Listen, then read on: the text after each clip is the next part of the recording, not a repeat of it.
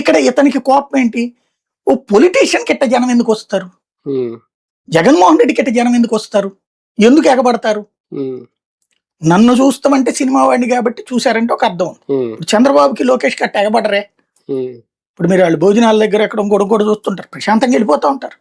పెద్దగా ఏమి ఇంత టెన్షన్ ఉండదు. వాళ్ళు ప్లాన్ చేసి పిలిపించుకుని ఎగబడమంటే ఎగబడాల్సిందే తప్పించి, లోకేష్ ఈ ఏరియాకి వస్తున్నాడని ఎగబడిపోయి మీద పడిపోయేటటువంటి స్టేజ్ ఉంటుందా? లేకపోతే చంద్రబాబుకి అట్లాంటి స్టేజ్ ఉంటుందా? అది ఇక్కడ పవన్ కళ్యాణ్ మాత్రమే ఆ ఇమేజ్ ఎక్స్పెక్ట్ చేస్తుంటే జగన్మోహన్ రెడ్డి వస్తున్నాడు. ఇది అతను ఏమన్నా ఇగో హట్ అవుతున్నదా ఏంటనేది అర్థం కావట్లేదు. ఎందుకంటే ఇంకా వేరే శత్రుత్వం ఏం పెట్టుకోవాల్సిన స్థితి ఏం లే.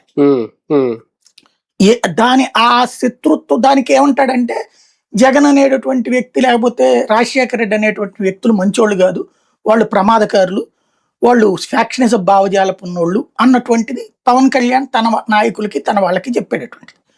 ఆ లెక్కనైతే తెలుగుదేశంలో ఎంతమంది ఉన్నారు? ఫ్యాక్షనిస్టులు తెలుగుదేశంలో లేరా?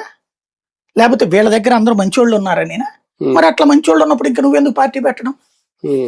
పార్టీ పెట్టి ఇంకో పార్టీ ఎందుకు పెట్టడం? నువ్వు వీళ్ళందరూ మంచోళ్ళు అయినప్పుడు నువ్వు కూడా ఇందులో చేరిపోవచ్చు కదా. తెలుగు యువత అధ్యక్షుడిగాను, తెలుగుదేశానికి సంబంధించినటువంటి ఒక విభాగానికి అధ్యక్షుడిగాను ఉండొచ్చు కదా. కానీ నువ్వు ఎందుకు పార్టీ పెట్టావు? తెలుగుదేశం వైసీపీలకు వ్యతిరేకం అన్నావు కదా. కానీ నువ్వు వచ్చేటప్పటికి కేవలం నేను వైసీపీకి వ్యతిరేకం, జగన్ కి వ్యతిరేకం. మళ్ళీ వైసీపీలో బొత్స మంచోడే, బాలినేని మంచోడే, సామినేని ఉదయభాను మంచోడే, ఒక్క జగనే చెడ్డోడు. ఎట్లా అంటే నాకు నచ్చలేదు అంతే. రాజశేఖర్ నాకు నచ్చలేదు, కానీ ఈయనకి నచ్చలేదు కాబట్టి జనానికి నచ్చ